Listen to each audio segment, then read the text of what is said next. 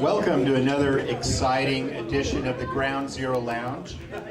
I'm the producer, Ron Patton. How many people, is this their first time? Right, so we have a few. Cool. Seems like, I think this is our fourth or fifth time, and the crowd seems to be getting bigger and bigger, which is really nice.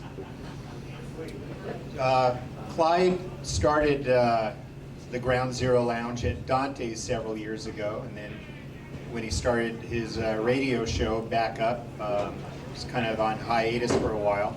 So we just sort of revived the Ground Zero Lounge here at the Paradise Sports Bar. Thanks to Steve. Thank you very much, Steve. I'm looking for a person who asking for hot water. Okay. There you go. Good segue there. Anyway, the Ground Zero Lounge is where the parapolitical collides with the paranormal. So if you've heard the radio show, this is a little bit more edgy. So Clyde really lets loose when it comes to the Ground Zero Lounge. So at this time, I'd like to introduce to you Clyde Lewis.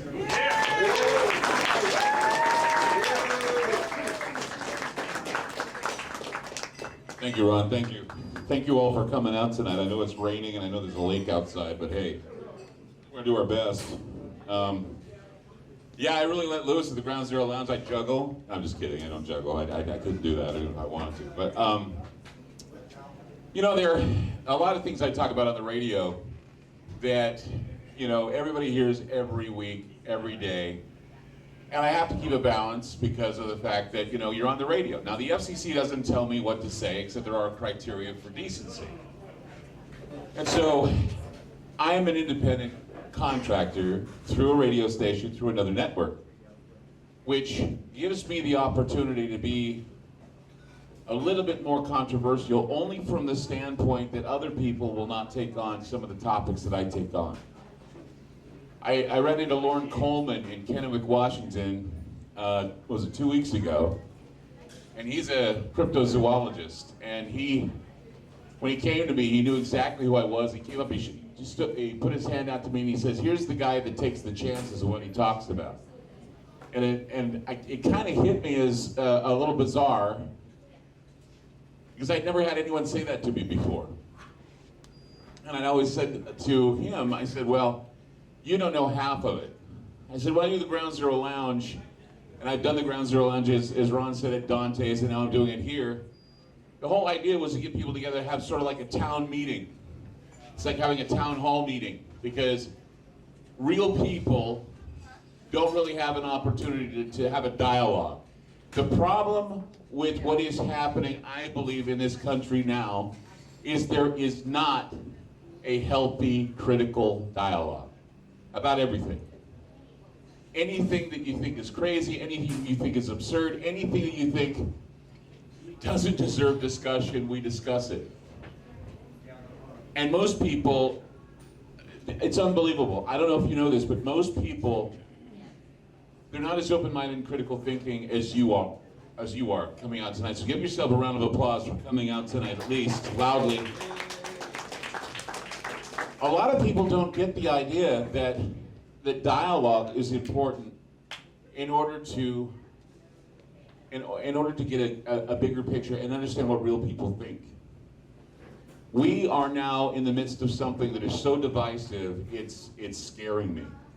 And it should scare you too. Because there seemed to be, I think ever since, it had to have been after the first Clinton administration, that there were divisions and there were sides that were switched and changed, and there were attitudes that were switched and changed that don't usually apply. Everything is upside down. It's like we went into mirror world, like in Star Trek, you know, where everybody had beards and they all went like this, you know. It's exactly where we are now. We're in that mirror world that was in Star Trek. And it's not like we did it intentionally. We were programmed into being like that. A lot of people kept their minds open. They didn't listen to television commentators, they don't sit there and side for the sake of siding, and I call it party purity, but there's something else going on here that needs to be called out, and that is something called identity politics.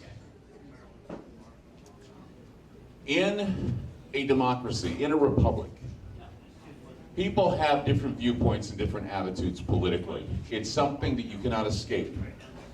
Everyone has their political views, and that's okay.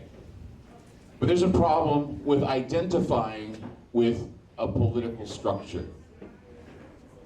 Identifying with a political structure puts you in the same league as those who are gathering together and plotting against their fellow man during the times of Nazism, Mussolini, and Stalin. It's the Hegelian dialectic. It is what Karl Marx wanted. It's what Hegel wanted. It's what Hegel professed. It's what Huxley warned about. It is what Orwell warned about. And we're all, most of the majority of this country, are falling for what they warned about. Everything was pretext and precautionary, and for some reason, people don't think it can happen here. People think we're too big to fail. We never follow into that. But see, it's gotten to a point where people are so divided with their identity politics that they forget that it's like there's nationalism for your country, there's jingoism for your country, there's loving country, there's following and like giving your Pledge of Allegiance. It's like singing the national anthem. It's like standing in the national anthem, not sitting out during a football game. It's not interlocking arms. All of this stuff is divisive. These are divisive tools that are getting people to divide. People have a right to sit out. People have a right to say no. And look, I don't care if you care or even support Kaepernick. That isn't the point. Okay, and I want to get into Kaepernick for too long, but I'm just going to say this. This is an issue because the media makes it an issue.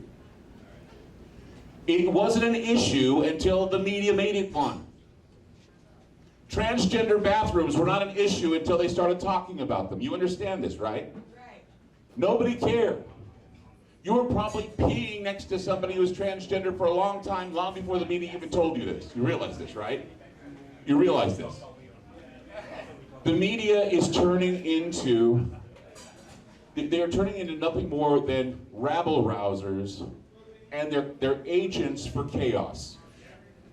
They're becoming agents for chaos because I work in a newsroom every day, and I am bombarded. And people are saying, well, lately you've been doing a lot of paranormal shows, Clyde. Yeah, you know why?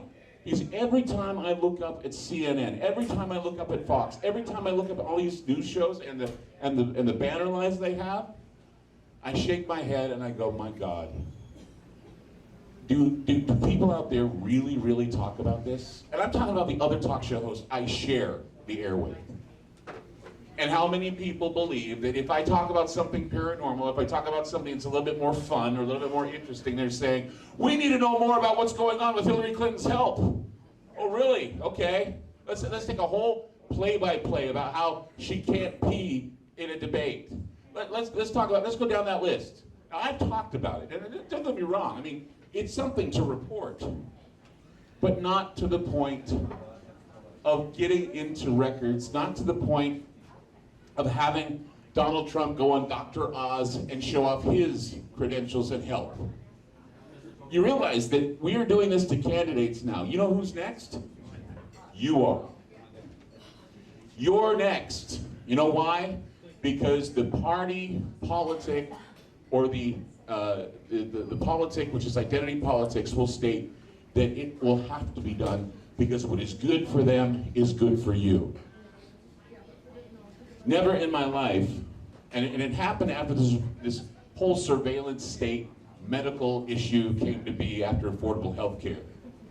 Never in my life have I seen people who have been accused of committing a crime go from being an accused person who deserves due process in a court of law, according to the Constitution, have their medical records reported on in the news. Never in my life have I heard of something so ludicrous as someone who has a medical marijuana card not able to get a gun because the DEA suspects that if you have a medical marijuana card, you are an addict. Yay. Now, Bullshit. now, what other controlled substances are they going to check out when you want to get a gun or you want to get something else? Can't get painkillers. And that's the thing. And yeah, you're right, you can't get painkillers anymore. They're sending out notices now telling you that if you're using marijuana or if you're using kratom or if you're using some other herb that they detect, they will cut you off. They may even stop treating you. The federal government is cracking down. I mean, what's the point of legalizing marijuana if the feds are going to basically jail you for using it? There's no point. This is getting to a point where they're like jerking you around. It's like, you remember the push me pull you from Dr. Dolittle? Yes. One day the push me pull you looked at the other one and said, you know, one of us is an asshole. That's exactly, who's the asshole? The government and the divisive media that wants you to divide with your identity politics. Identity politics takes nationalism and it doubles it 2 or 3 times over. It never ceases to amaze me that every time I'm on Facebook or I'm in Twitter, and I say something that may lean liberal, okay? Or that may lean a little bit more open, I immediately get tons of people accusing me of being liberal and how I'm stupid because I'm talking liberalism. You know what that is? That's bigotry. That's me judging you for your ideology. That's me not wanting to talk to you because I don't talk to liberals because liberals think like idiots. I don't talk to conservatives because they're tight-ass Fox News listeners and watchers and I don't like conservatives. This is a dividing tool. It's not just about race anymore. It's about ideology. It would be no different than me saying to you, hey, you're a Baptist? I think Baptists suck and I don't want to talk to you because all Baptists have screwed me over in my lifetime. It's like, oh, you're a Jew. I get it. Okay. The same thing. You think it's harmless. People think it's harmless, but it's not harmless. It's causing harm. This is why our country can't agree on anything. This is why the media will glom on to something Donald Trump says, and they will say he believes this, he believes this, he believes this, and then when he says something different, they're like saying, well, he went back on his statement. No, you know what happened is he clarified a statement that the media took and blew out of proportion, just like they did when Kenneth Arnold said he saw something skimming across the sky that looked like a saucer. Oh, a flying saucer, is it? Okay, we'll write that down, and that's what it'll be. It'll be a flying saucer. The media coined that term. The media coined the term UFO. And the UFO now is an alien saucer or alien ship. But it's not always that. It's an unknown flying object. But no, we've decided that we're changing the meaning, or the media is changing the meaning, just to make people look stupid. Investigative reporters are now what? Conspiracy theorists. Because they have investigated something that the media, the mainstream media, and politics have found uncomfortable. It's gotten to the point of insipidness that Hillary Clinton believes that all conspiracy theorists are under the employ of the Kremlin. She said so. She said that Vladimir Putin is creating these conspiracy theories, and those people like Alex Jones, myself, and others are conspiracy theorists. In fact, somebody told me the other day that Juan Williams mentioned my show on Fox the other day saying, where are we? Ground zero? There's so many conspiracy theories spinning around here about Hillary, I don't know what to believe. We're making an impact. But see, the pejorative of conspiracy theory or conspiracy theorists was created by the media to belittle those who are thinking outside of the box. It is there to point out those who don't let their politics rule their choices, who don't identify as Democrat or Republican. You should identify as an American first, and then your philosophies can be expressed and exchanged. But now we can't do that anymore. They're limiting what we say because people will get so tired and so angry, they'll storm away from you, not liking what you say. And that is why I've decided to actually divorce myself of anything political. I have done that because I don't want to get into this I said, you said, I said this, you said this, well this makes you this makes you that. No, I don't like to be put into a bin. I don't like to be labeled. Labels are for canned beans. Labels are for canned peas and canned corn. Do you guys like being labeled? No. No one likes to be labeled.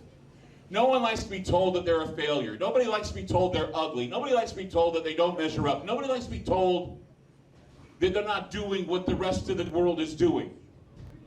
No one likes a person who speaks truth against power. The biggest casualty of war is truth. The biggest casualty of war is truth. And there is a war on. There's a war on drugs, there's a war on poverty, there's a war on your mind, there's a war for information. Just go down the list of everybody who's declared war on everything. There's not enough war to go around. We're in the midst of a war.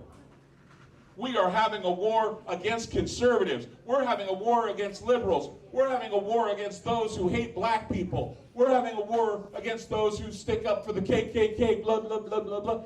And you know what? In this whole process, which is comical, we forget who's responsible for all these groups. Who's responsible? Political groups that we're being told weren't responsible. It's always nice for people on the other side to point fingers at the others and say, they started that, I didn't. They have this philosophy, I didn't. And see, this is why, and this is what really amazed me. I did a show about the Lakota standoff with the pipeline, okay? The reason why I did the show was not for political reasons. And everybody thought that I did. Because they were all telling me how wrong I was because, well, why is it now they're protesting a pipeline? They got all these pipelines going through anyway. That wasn't why I did the show. I did the show because I saw security guards that were paid by some rich billionaire to set the dogs on women and children, and those dogs tasted blood. That's why I did the show. I don't care if a pipeline's going through. I don't care if a guy didn't pay his freaking taxes on his property. I don't care.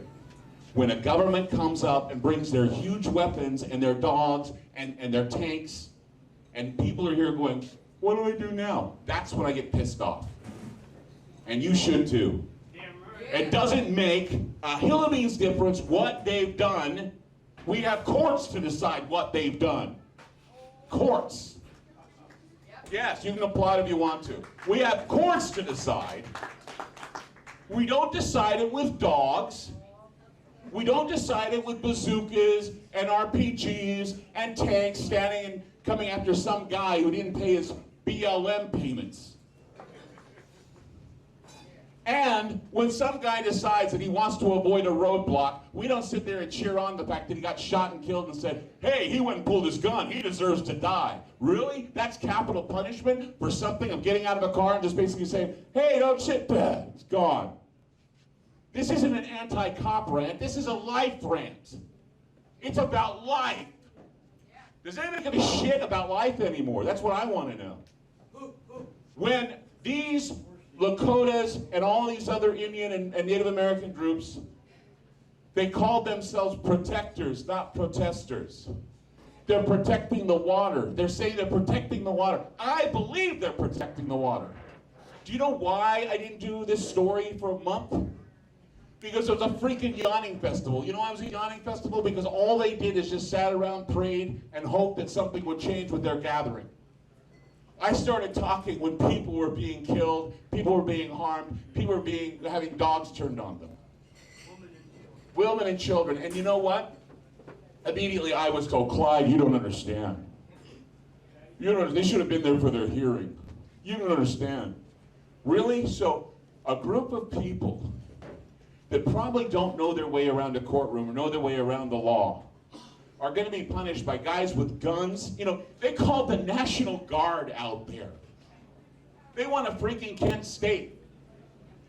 They're just waiting for the first shot to fire so they can say, well, you know, and this is what I get. Oh, they stormed the fence. They deserve it. They stormed the fence. They deserve to get what they get because they stormed the fence. They're trespassing. And you know what I said to them? Those who told me that? I said, you know what? Why don't we get a bulldozer, go to the cemetery where your grandfather and grandmother are buried, and let's dig them up and see how you feel. Are you going to storm the cemetery and stand there with your teeth in your mouth waiting for somebody to stop digging? People have got to have empathy and sympathy. I am tired of the Stockholm syndrome that we have for this government that doesn't give a hill of beans about you. Yeah. Now, I'm not telling you to bring your guns and start shooting. No, what I'm telling you is there needs to be a dialogue that says, hey, you know what? Fuck them. There's not enough of fuck them. There's not enough of no. No is one of the smallest words and one of the biggest words we can use at the same time. If someone starts talking to you and talks down to you because they don't like your political ideology, fuck them. They don't belong in a discussion. Because this isn't a discussion, this is some diatribe, some soapbox, well, my candidate can do no wrong. Both sides are bad. We know this. The polls say that we're all basically being philosophical about our vote this year. Either we vote for, as they say on South Park, the douchebag or the turd sandwich. Which one do you want? Well, I thought that we were voting for the douchebag this year, dear. No, I'm kind of for the turd sandwich. I kind of like the way the turd sandwich makes me feel when I hear her speak. Oh, well, I'm still voting for the douchebag. I want a cow. And that's exactly what it is. I mean, I know we got to vote for somebody, right? We don't. Hey, That's what I'm told. No matter what, no matter who wins on either side, the people that are all pissed off that Trump would win is going to cause some type of big issue, and then either fight. You know what this is? You know what this is? How many here like Aliens versus Predator? Right? The movie. Yeah. Remember the slogan? Aliens versus Predator. It doesn't matter who wins, we lose. That's what it is. It's Aliens versus Predator. Take your pick. Which one do you want? It's all because of identity politics.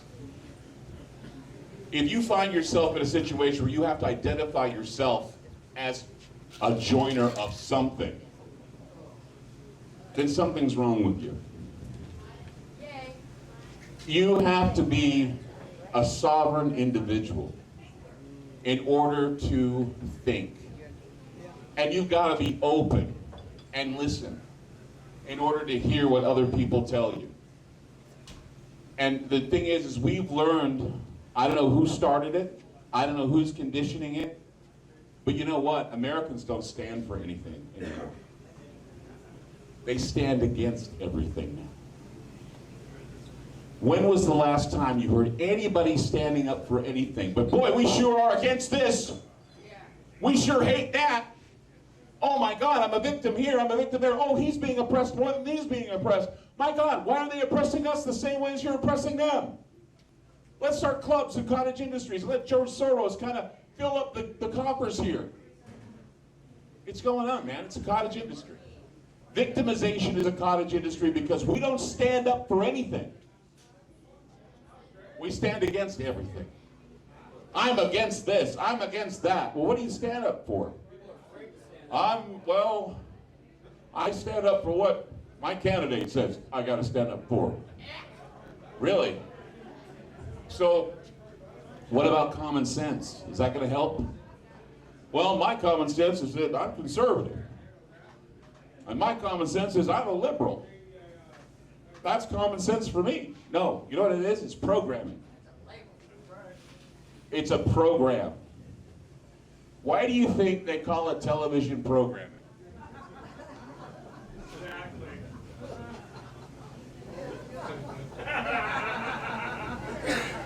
You can always tell who you're talking to. If you watch the news and you're talking to somebody and you say something that pisses them off just a little bit and they start parroting what they heard on the news the other day. Yeah, I watched the same news show you did. When people are fully aware of what is being parroted by the media, we're turning into the robots that we're creating as well, because robots parrot what we do. You heard the show that I did about this chat bot that was on Twitter. Tay was what it was called. And Tay was supposed to be a fun-loving chat bot that young people could play with. Ask it questions, and it would ask questions back. Kind of like Siri, but in a more intimate way. Within 24 hours, Tay was saying that Hitler was right and that we should build a wall and let the Mexicans pay for it.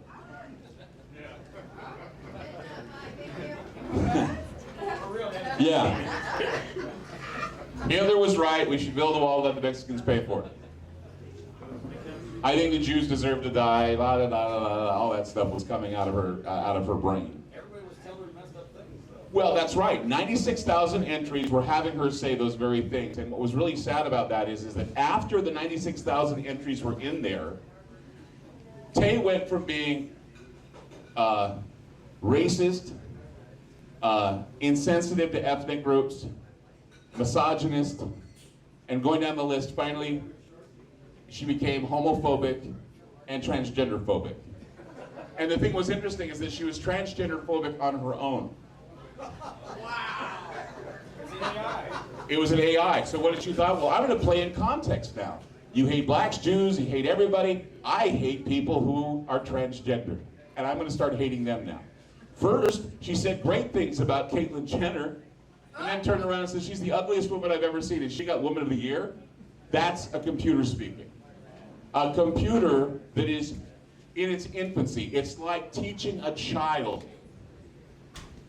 I think we need to understand that our technology, in a lot of respects, the technology we have in a lot of respects is like a child.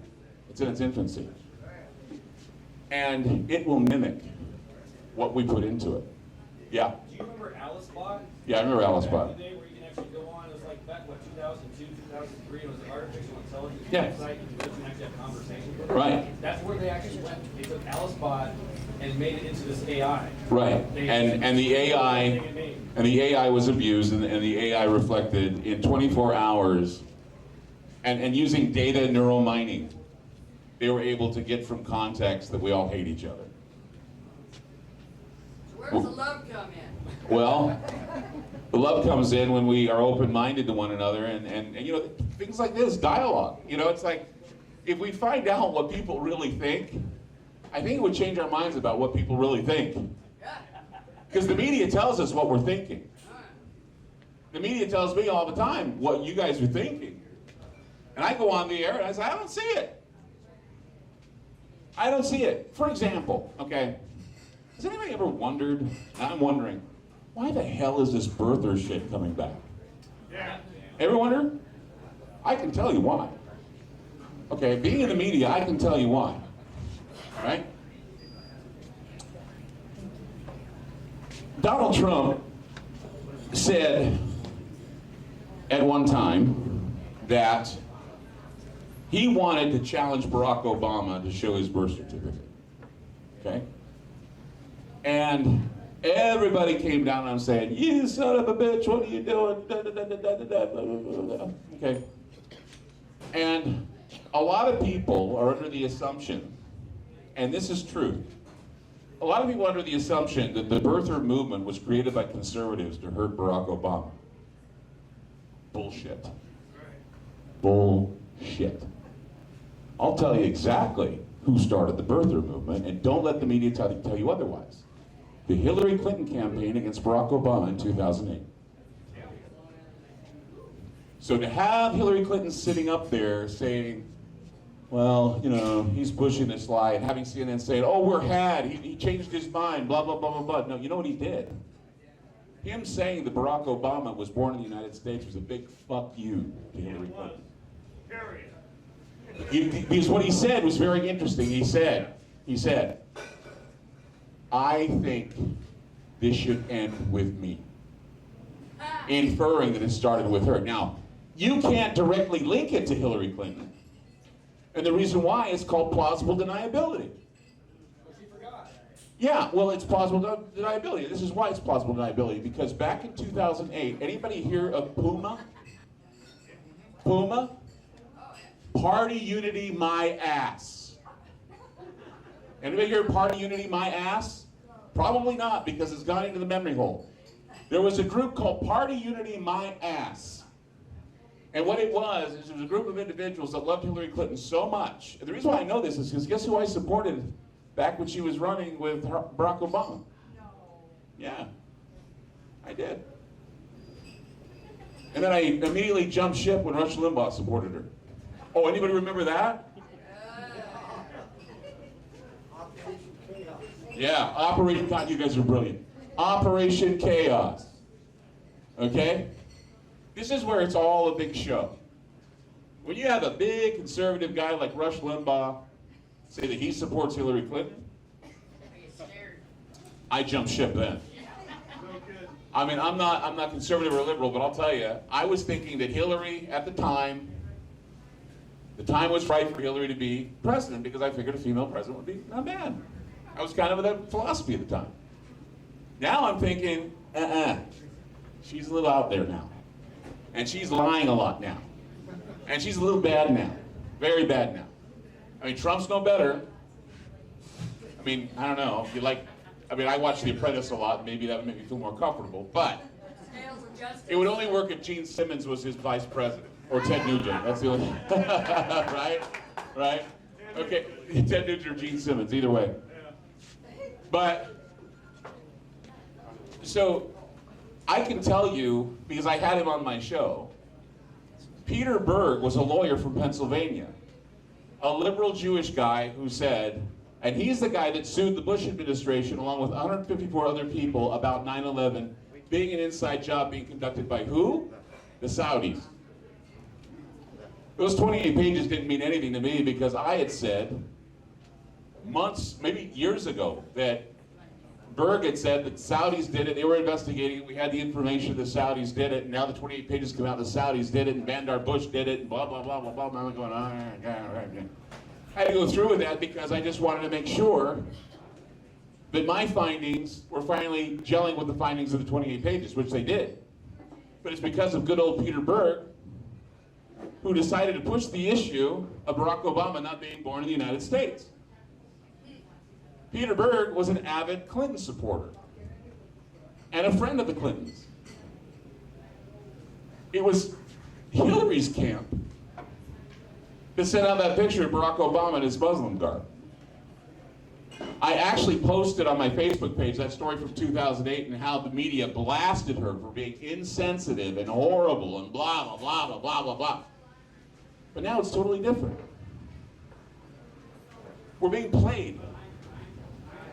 Dirty politics are dirty politics no matter who is playing the game. And they're dirty now. And I can't sleep at night saying that I support either one of these people who are being dirty. I can't. I just can't. My conscience won't let me. Here, here. It won't, thank you. It just won't. I won't vote for either of them. No, neither one of them are worthy of my vote. Yeah, I mean, I'm not pushing one or the other. I'm just saying that, you know, we need to make some sort of a statement that says, you know, we can all have a dialogue. And we don't need 5 or 10 different pundits from each party telling us how to think. You ever notice that something happens, and you look at Fox or CNN or MSNBC, they have a bunch of people there to tell you what was said. Yeah, you have a bunch of people there to tell you that, well, this is what Donald Trump was really saying, and blah, blah, blah, blah, blah, blah, blah. And the others will say, well, I don't think so. I think that he was blah, blah, blah, blah. And it's all like, you know, are you surprised? You know, would it surprise you if somebody like Ann Coulter said something like, well, I think Hillary Clinton's kind of cool because she's a woman and she wants to run for president. You'll never hear that out of her mouth. No. Although with Operation Chaos, she came pretty damn close, I think. It's all sports commentary. You know what it is? I'll tell you what it is. It's called scorched earth politics. Destroy the system. Destroy the system. for a new system. One that does not have Republican or Democrat. One that has one system, one global system, one core group where the collective decides on how they want to be governed. And it won't be with either Donald Trump or Hillary Clinton. It will be with whomever they choose. That was what the 2030 Summit was all about. And I know that a lot of people are saying, oh, you know, that's not real. Oh, it's real. The 2030 Summit laid down the foundation for what we're going to be seeing in 25, 30 years. If not sooner. And they're moving quicker than I thought they would. Every time I read, in fact, there was something I read in the Drudge Report today saying something like, Obama's last stand preaching globalism. Zbigniew Brzezinski now says that China and Russia should be our buddies. For the longest time, that Cold War fossil was saying bad stuff about both Russia and China. Now he's saying, oh, we should love them now. You know why? Because the CFR is losing their Cold War control. And they need to abide. And they get in their little meetings like at the Bohemian Grove, where Colin Powell actually sent an email to Hillary Clinton saying, there'll be no vote of confidence for Donald Trump at the Bohemian Grove. Really? You know, and people say, well, that's just conspiracy theory. No, you know what they do? They meet there, and they don't answer to Congress, and they don't answer to you, because they make their meetings there while they're pissing against a tree and having sex with a bunch of freaking prostitutes. That's how your government plans, while they're drunk and having sex with prostitutes. I know they're human, but they certainly want to pretend like they're our external saviors. And they're not. And the programming is divisive enough to divide us to the point where we can't stand one another. We don't like one another. Some people don't like what I say. I get tweets all the time that say, oh, you know, I'm not even doing a political topic. I posted something up on my Facebook the other day, and somebody had to turn it into a political joke against Hillary or a political joke against Trump. Why do people do this? Is it that important that you decide that everything that's coming out of your mouth is going to point a nasty finger at the candidate you don't like, or point a nasty finger at a certain type of people you don't like? For example, scapegoating. Who are we going to scapegoat tomorrow?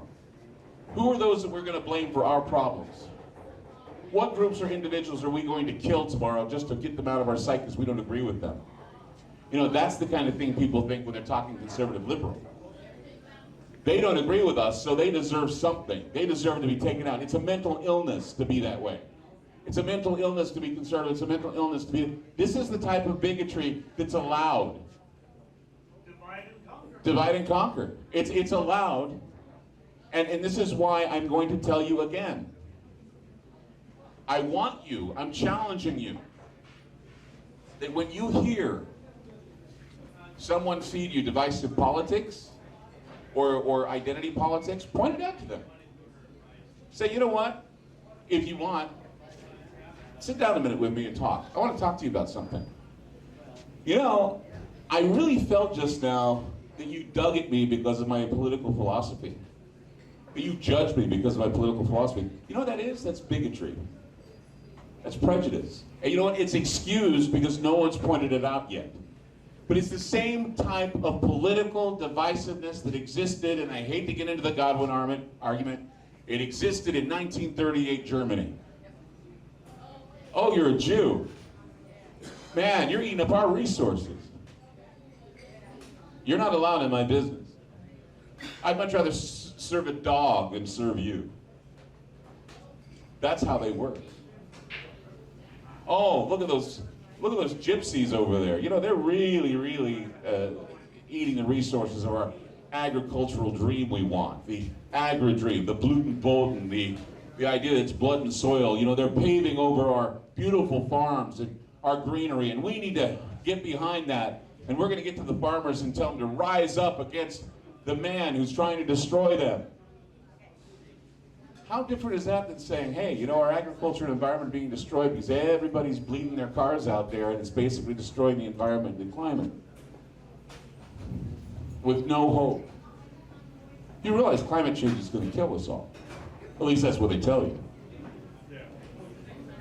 But they won't allow anyone to open discussion about climate change with the idea that there are solutions other than having to pay through your nose in taxes and basically redistributing the wealth in the world.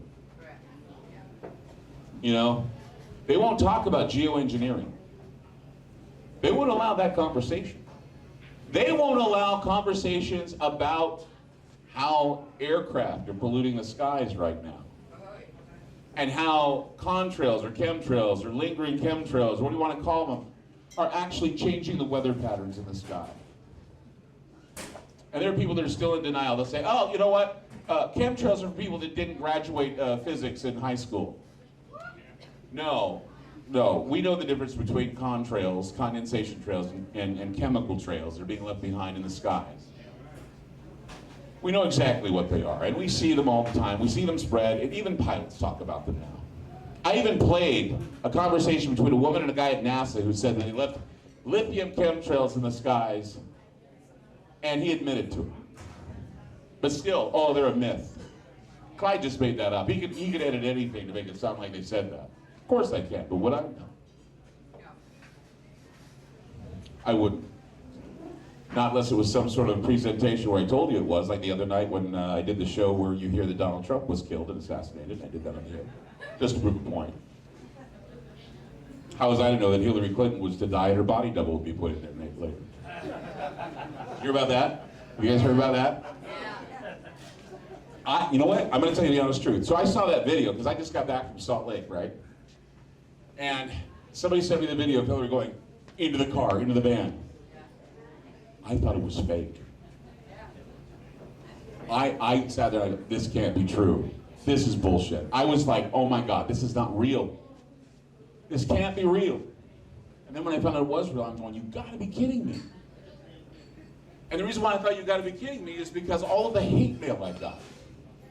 When I asked, well actually what I did is, and a lot of people don't see that, all they saw was an attack on Hillary. What I was doing is I was showing that president after president after president who's had polio, cancer, strokes, Addison's disease, going down the list of all the presidents, they still served. They still served. And then I brought up, well, Hillary now has health problems. What do you think? I think you're attacking Hillary. No, I'm not.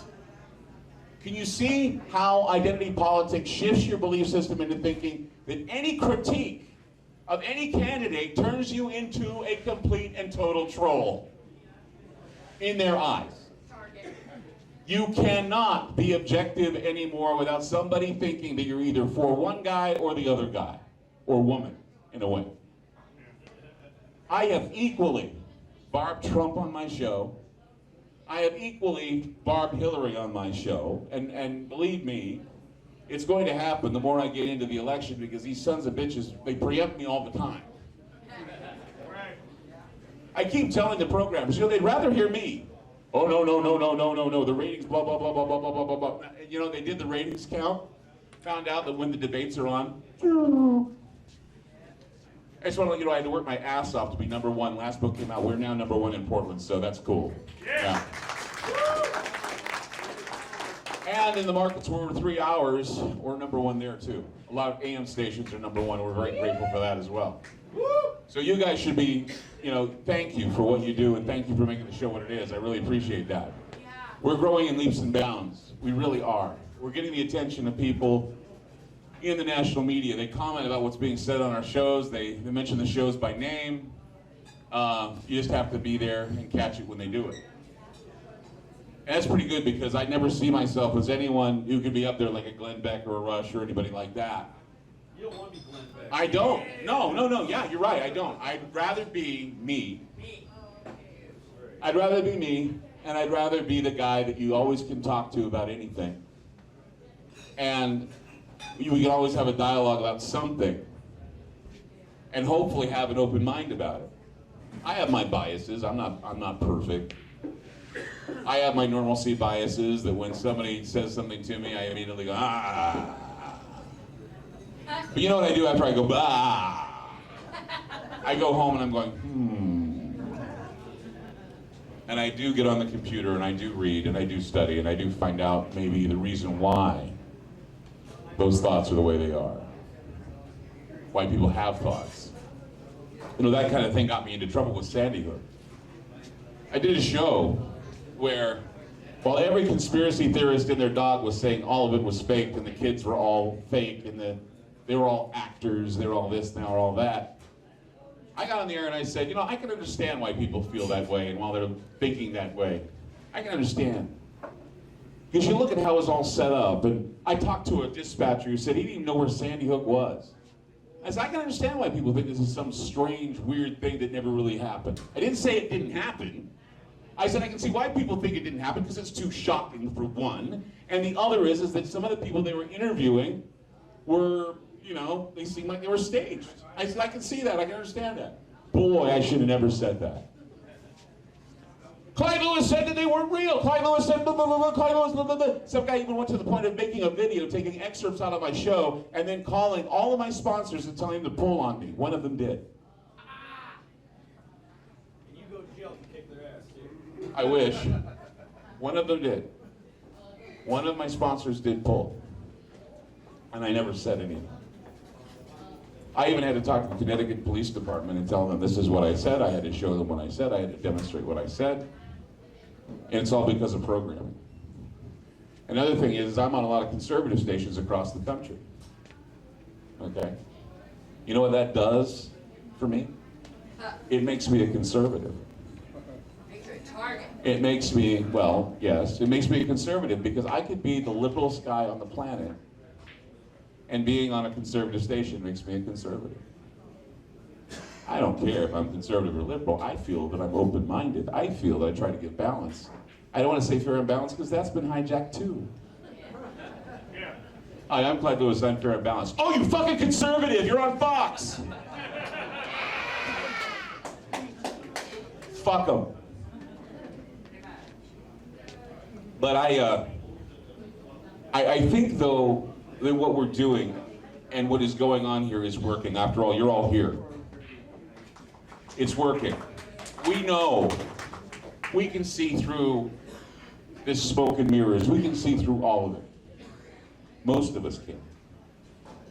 And I think that's important. I think that's how the revolution starts. It's not starting with guns blaring. It's not starting with, you know, tacking a sign onto a yardstick and basically, while everybody's, you know, protesting the 1%, you're still protesting hemp or something.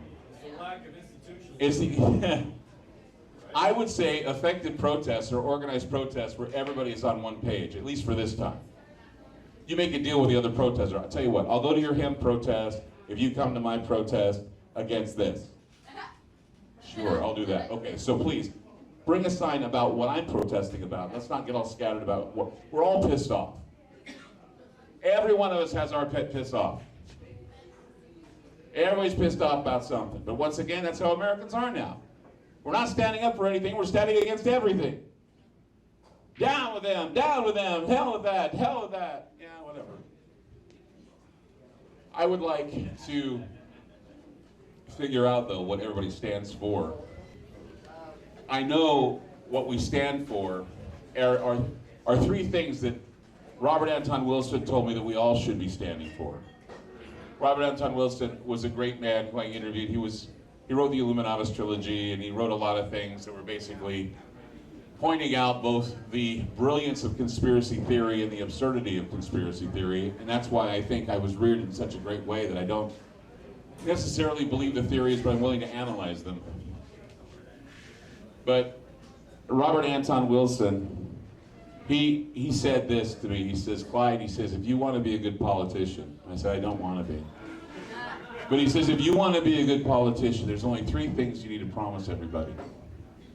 He said, fresh food, clean water, and everybody needs to be out of pain. And none of those things are happening. We have foods that are so loaded with garbage. We have Monsanto, we have all that stuff that people are eating, and they don't even know they're eating it. Food sucks. It's bad for us. It's bad to maintain good health when the nutrients in the food suck. Clean water. You know, it's funny. I talked about this on the air, but somebody had sent me a picture that he saw. I think it was in Georgia. I think the water was called Laura Lynn water.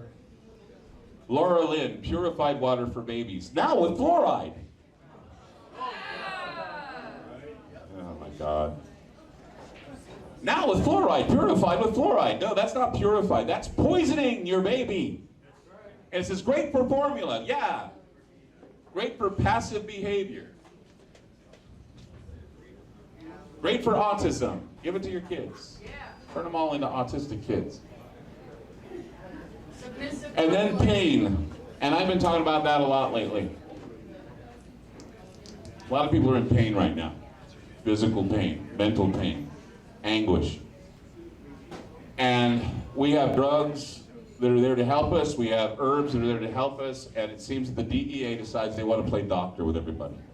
You know, the United States is the one country out of the whole world that has, was it 75% of the population on a drug of some sort? 65% of the population right now are addicted to opiate drugs. Just the opiates. 65%. Now, I don't want people to think that I'm against opiates because I take them. Okay? I take them. I'm not dependent on them, but I take them. Every once in a while, when I feel pain, I take them. Because, hey, I'm a cancer survivor, so I have to take them. I'm weaning myself of them because I'm taking these longevity things.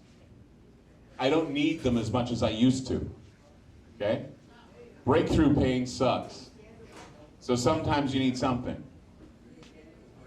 But now my choice has been limited because my doctor says now if I decide I want to have an edible or if I want to take kratom, I will immediately be told that I can't be treated anymore if they find it in my system. Because the federal government has decided to Schedule 1 these herbs. They're going to do more too, not just kratom, but there'll be other herbs too. They're going to make it to the point where even some of the things you use that are considered holistic medicine will be told that you cannot use it anymore. Oh really, garlic. Hey guys, the spaghetti amount? Yeah, I can't have garlic in it though. Yeah. And so I'm trying to tell people about alternatives. And there is no bones. I'm getting paid to talk about these products. But they work. And how many endorsements have I done over the years? How many people listen to the show for 20 years knowing that I don't do that many endorsements? Don't. Fearless beer. Yeah. Fearless beer. Why? Because I drank Fearless beer. And it's still good. It's delicious. Drink Fearless beer. Because I drink Fearless beer, it's good beer. I can't think of anybody else I've endorsed. LifeLock, and I do have LifeLock. It sucks sometimes because they do shut down my accounts if I have any suspicious behavior. But I'm glad they do it because it helps me a lot. But I have LifeLock. There was like an Italian restaurant or something, right? Yeah, it was. Exactly. Yeah, yeah. So, I don't endorse much. But when you have a doctor come up to you in Joshua Tree with 120-degree heat saying, you look like you're about to die. And he sits down and he says, I'm a fan of your show, I really love your show, but I don't think you're gonna make it for another 6 months. In another 6 months, you're gonna die. And he says, and I think, and we're talking about, being married and how I have, I wanna be with my family, and we talked about all this stuff. And then he said, give these things a try, tell me what you think. He says, you don't have to even say anything about it or do anything about it, they don't work. He says, I just want you to give them a shot. Well, 120 pounds later, I said, yeah, I'll talk about them. And anybody else out there that's feeling pain or feeling fat or feeling sick, I'm gonna tell them about it. And I don't feel ashamed about that. There are a lot of people that think I should, but I don't. Because there's nothing else that's going on right now that, if there was clean water, okay, let's go back to that. That's another reason why I'm supporting the Lakota and their standoff. They say that water is life, but they want to protect the water. Well, damn right it's life, but they want to protect their water, and clean water is something you need. Clean water, out of pain. Now, what are we going to do for food? I don't know yet. But if I find some place that has good food or that they will present good food to you, I'm going to recommend it. Eliminate Monsanto. If there's a way that we can shut down Monsanto, I'm all for it. Can't. Too big. They just merged with Bayer, by the way. Did you know that? They just merged with Bayer, so now we got to deal with that. But I think you know now how Ground Zero operates. I think you know now, as an independent thinker and an independent broadcaster, this is how it works, and I'll give you the skinny here. I can remain true to who I am because I have a local network supporting me that gives me the opportunity to go on a national network that really doesn't interfere with my life. If anything, yeah, they support what I say and they support what I do. And they don't tell me what to do. I always get all irritated when people say, well, your gatekeepers are keeping you from talking about the Jewish Holocaust and how it's all faked. No, they're not. In fact, the reason why I don't talk about the Jewish Holocaust being faked is because that's a topic for assholes. Assholes. Big ass. Big gaping assholes. Undeniable.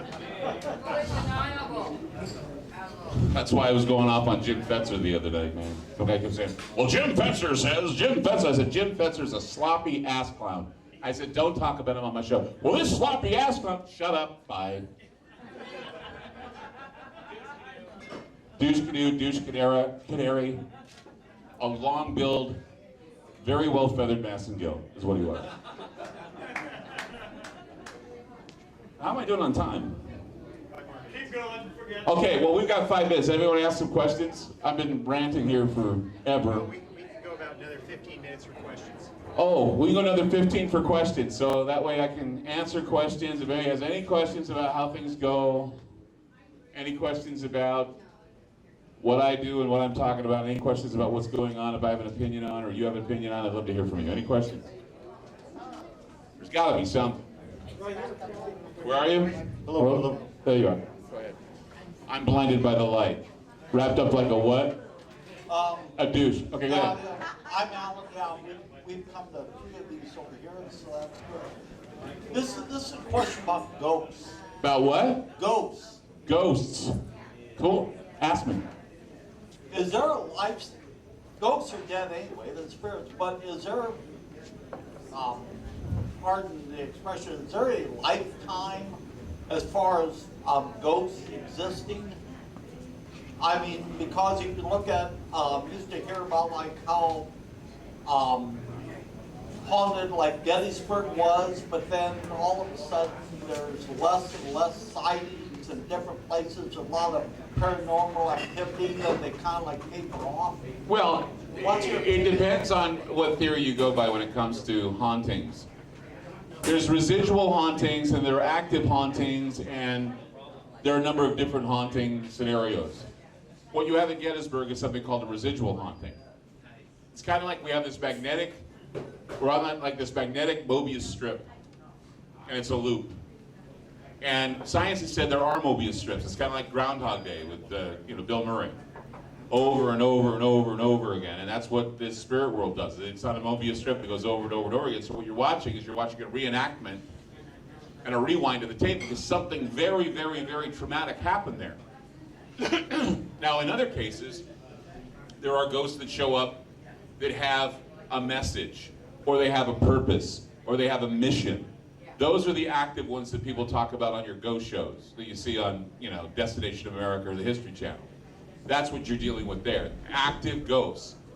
Poltergeist activity is something that is attributed to psychokinesis within the human brain. In fact, what's interesting about most ghosts is that there is a theory, and it's an interesting theory, that ghosts will not appear unless there are humans around to see them. Which is kind of, I know this sounds weird because it's like if there's a tree that falls in the forest, no one's around to hear it, doesn't make a noise. If a ghost does not appear, it's because human beings have the ability to generate, or at least they borrow energy from people. They gather energy from batteries, like in cameras. They gather energy from electronics. That's why electromagnetic studies in ghost areas and ghost haunts are very effective now. That's why they use a lot of electronic equipment to find ghosts, is because they are variations in electromagnetic current, various electromagnetic anomalies. That's why a lot of people are saying the reason why we're having a lot of ghost activity now is because of CERN. That CERN is basically playing with the electromagnetic veil that covers up our, our ability to see these things.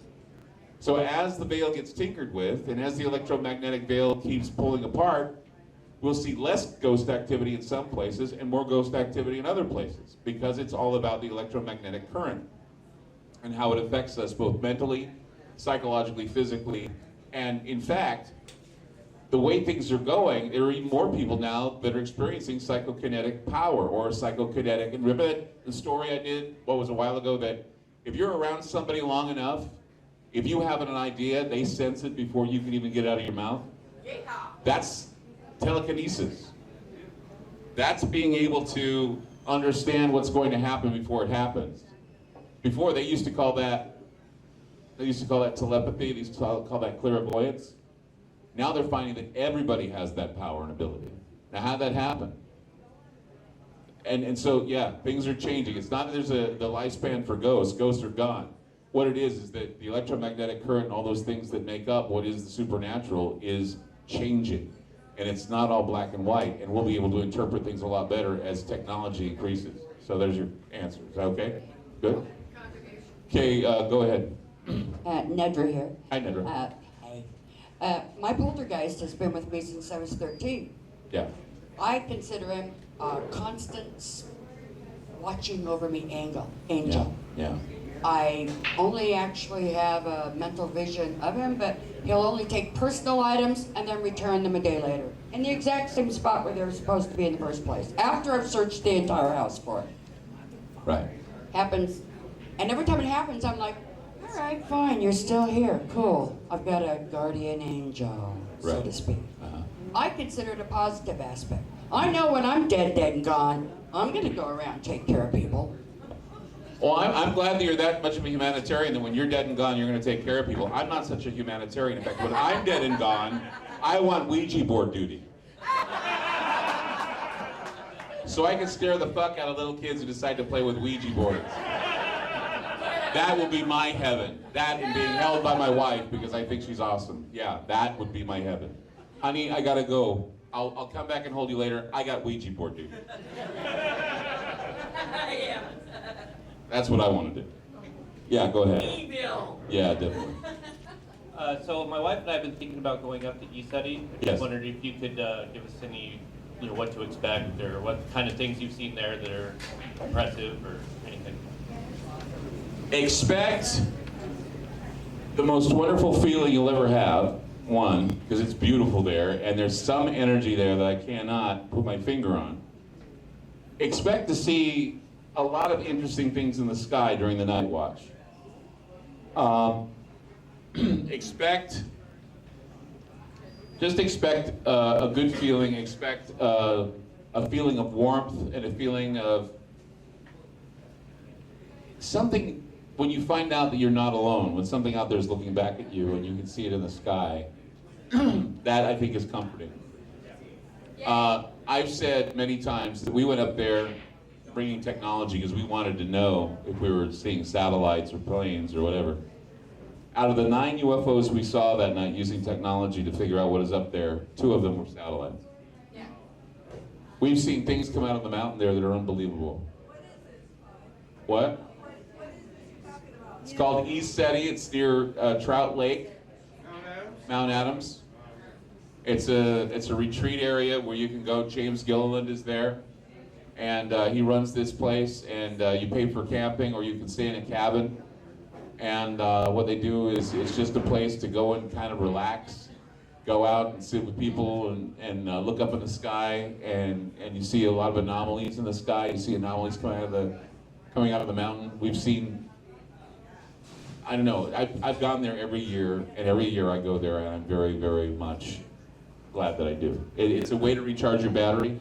You have to register online for that. You can't just show up. Oh yeah, you can't just show up. You got to register online because they have limited space up there, and you know but it's worth it. And you, Clean and sober place. yeah, it's clean and sober. So don't go up there expecting to smoke dope and seeing aliens or Bigfoot standing in the orchard. I wasn't stoned when I saw Bigfoot standing in the orchard. I was less caffeinated though. I was drinking coffee and I was being my grumpy old self in the morning, and all of a sudden I see something standing. I go, Bigfoot! And I went, oh shit, I don't have a camera. It was weird.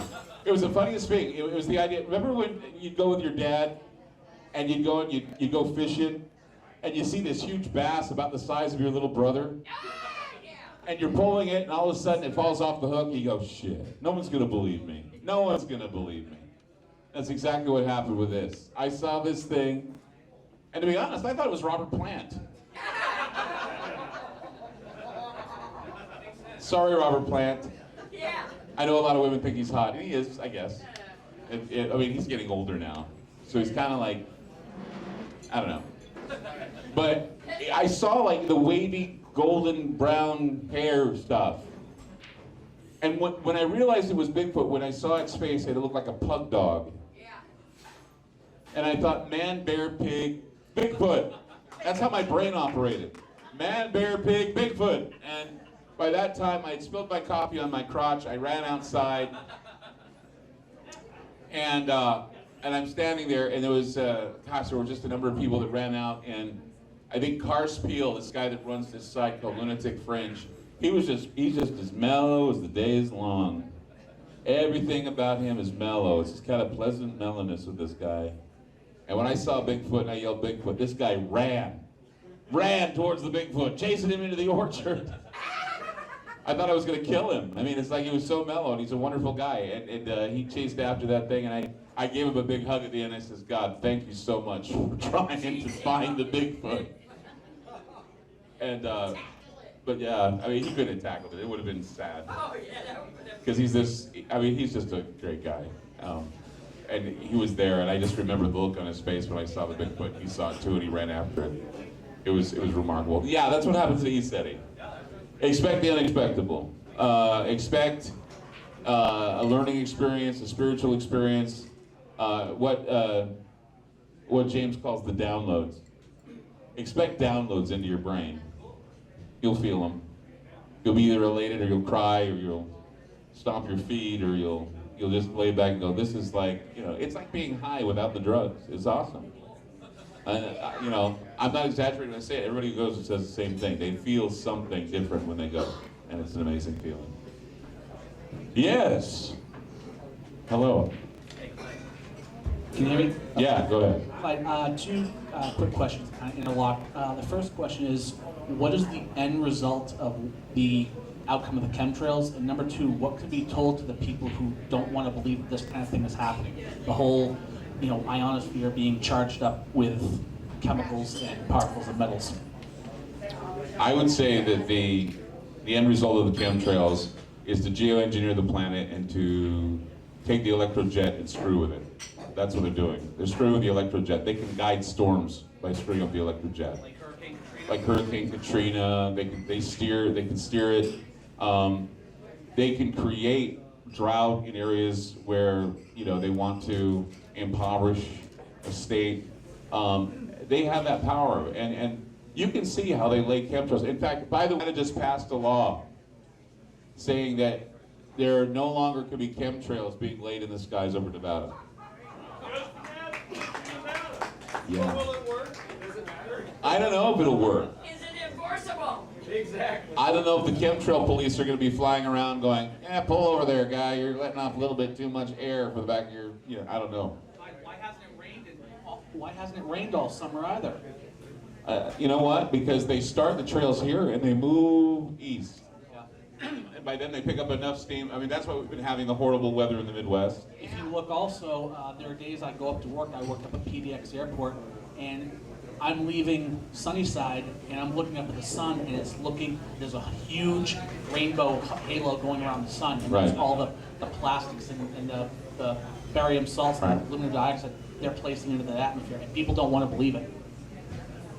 Well, it's because of the fact that they don't want to think that they have no control over their lives. They think the government's got everything under control and you don't have to worry and you can go to bed at night knowing that they give a shit about you. They don't. They don't care. And that's why they'll go ahead and pollute all they want. You know, let's call out that pollution. Let's call out the damage to the planet's been caused by war. Do you think the military-industrial complex is going to be blamed for climate change? No. Well, yeah, I heard depleted uranium. Here, here. You know what depleted uranium is? Political correct way of saying radioactive shit. That basically is blown into England and giving people cancer. That has made certain areas of the planet uninhabitable. Hermiston. Huh? Hermiston. Hermiston. What about the BX war gas facility they have up there that's leaking all that crap into the... Yeah. Oh, and by the way, there was a, I can't remember where it was. I think it was in Arkansas.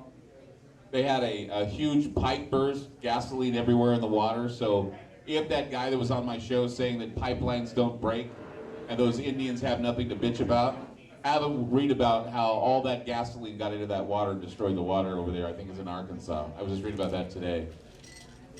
What about the sinkhole with all the radioactive water running in? Which sinkhole's that, Roger? The one over in, where's that? Down south, I can't remember where it's at. I got to read about that.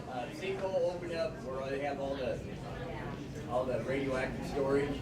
Sinkhole opened up radioactive storage. What? Down south? Down into the water table. So now we have what? We have this this sinkhole full of radioactive water? That doesn't surprise me. Okay, go ahead.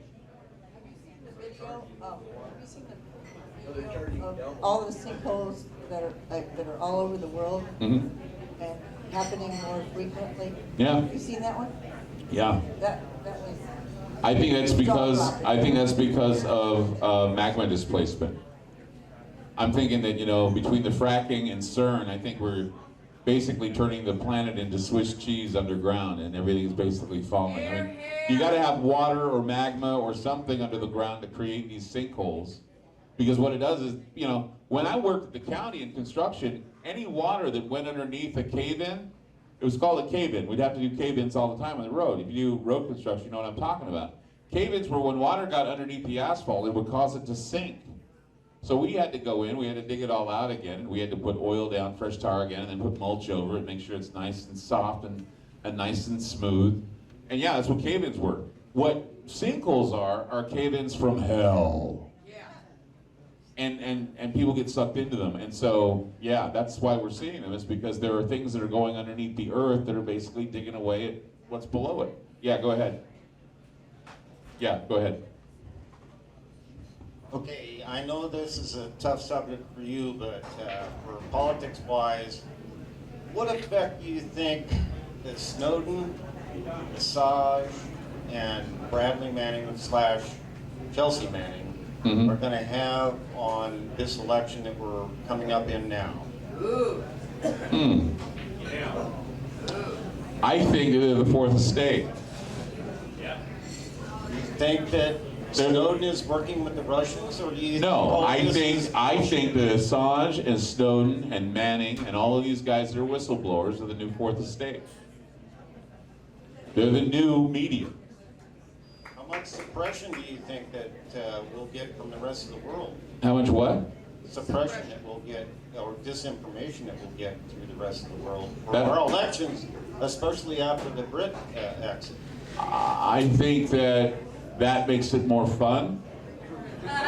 We live in times where we think that just because you have a suit and a tie and you look good on camera, you're telling the truth. And you know, one thing I want to talk about Ed Snowden is that everybody's saying he's a traitor and blah blah blah. No, he's not a traitor. You know what he did? He told us everything we already knew, but he basically expanded upon it to where people said, "Holy shit, I didn't think it was that bad," and then he made it sound worse. He didn't jeopardize anybody's lives. That's all political spin. But see, that's the fun of living in times where information is free. There's disinformation and there's information. And you got to become skilled at figuring out what is and what isn't disinformation. Hell, they made a movie about it. Yeah. Well, it's not treason. It's just it's a revolutionary act. And it's blockable by Facebook and by Twitter. Go ahead. I have a friend that has cancer here. Uh, And the question is, she wants to know what about you went through with your chemo and radiation. Did you go through any of that? no, I didn't get chemo. Do you I was carved up like a turkey 3 times in the operating So room. what is your thoughts about chemo and radiation? Oh my God.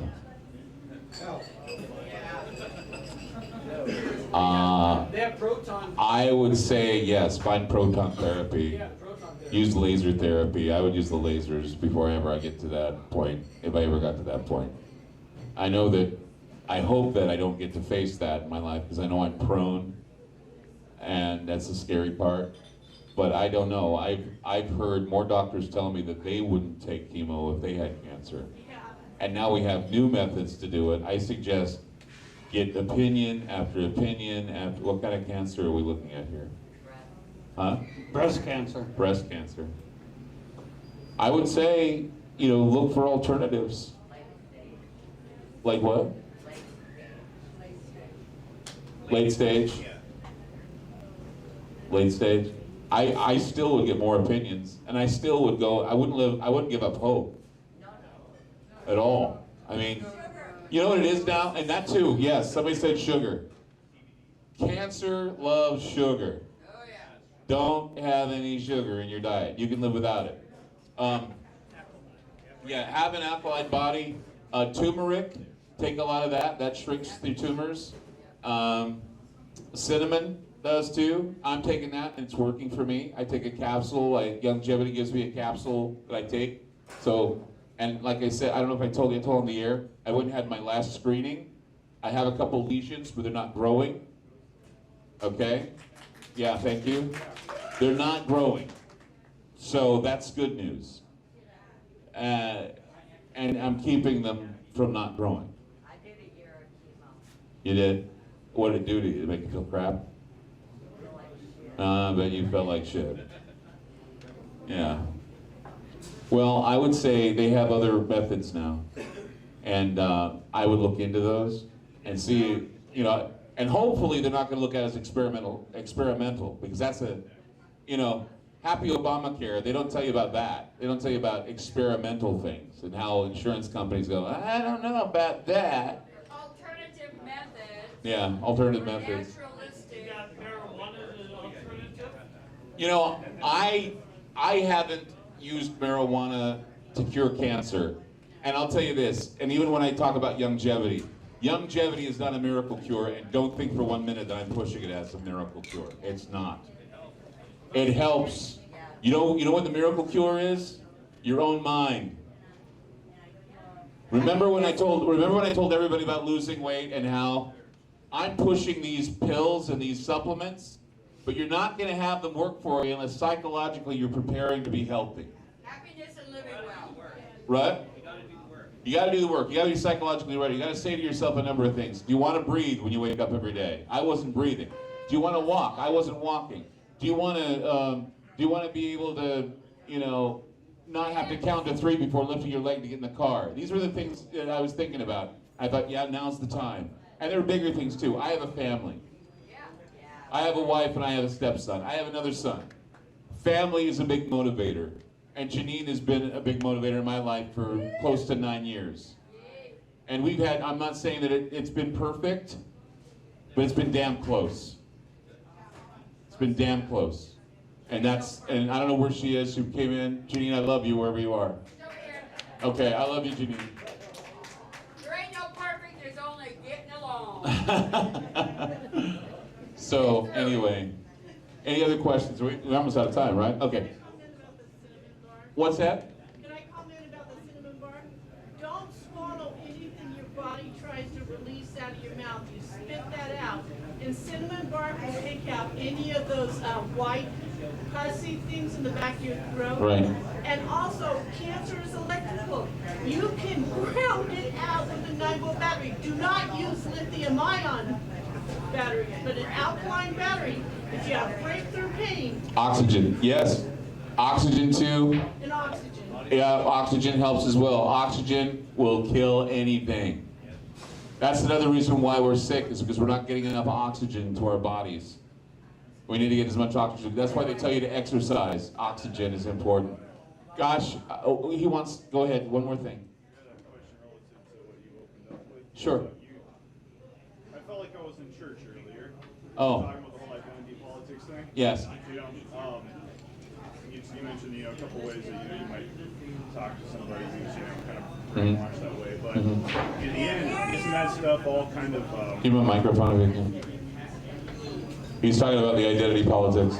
Yeah, I was saying earlier when you were talking about the identity politics, I had a feeling as if I was in church. I understood what you were communicating. You were very articulate. Thank you. But do you think that, you know, because those things are, in the end, using human nature against humans, right? You know, do you really think that there's anything that can really be done about that?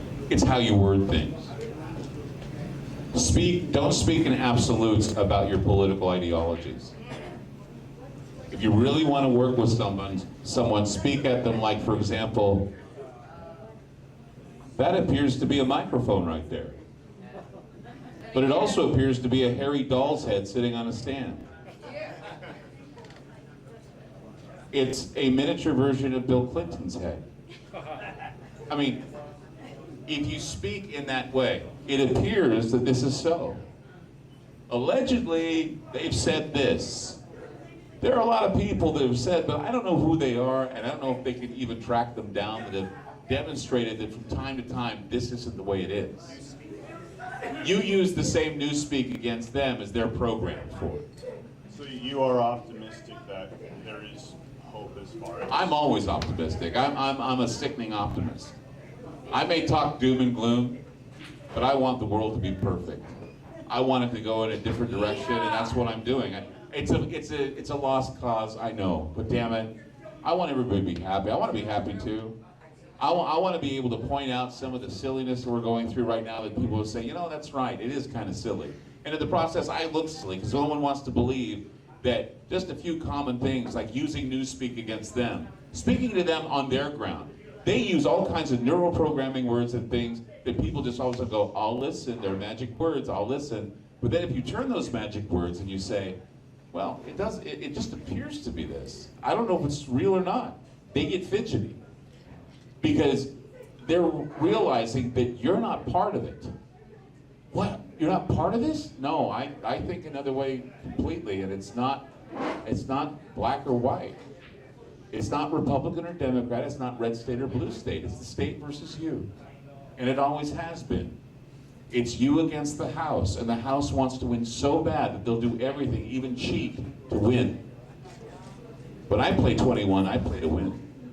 I don't play for skill. That's for pussies. I'm not going to do that. Is that it? All right, guys, I want to tell you, we got stuff over here, books and cool things. It supports the show. Come on by, say hi to Ron. Thank you all for coming out to the Ground Zero Lounge. You guys are awesome. Thank you so much.